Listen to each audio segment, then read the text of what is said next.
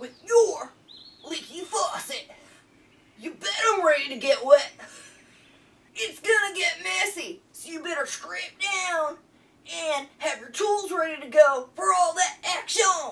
So what are you gonna need? Well, you're gonna need some screwdrivers, both flathead and Phillips. Also, vice grips, a wrench ready to go, and some washers. Rubber, baby, rubber. You always want to do rubber. Why? Because you need rubber when the going gets wet. Oh, and don't forget a towel for that cleanup. First, you want to see what kind of water's leaking. Hot or cold? Usually it's hot. Like me. Oh yeah, it's hot. Then you want to turn off your water. The last thing you want is to get sprayed. No one wants an unexpected squirter. Next, we're gonna turn the appropriate knob all the way on till we can't turn no more.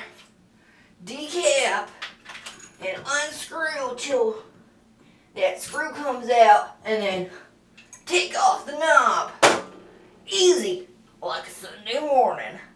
Here's where we get down and dirty.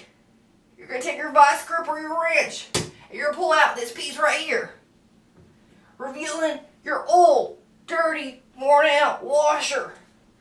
Throw that away and replace it with your new rubber washer. Gently, insert back into the wall. Then, put your knob back on. Now it's only wet when you want it to be. Now I'm really wet. Good thing I got my towel for a good rub down. That's all for Tina's Toolbox. We'll see you next time. We're going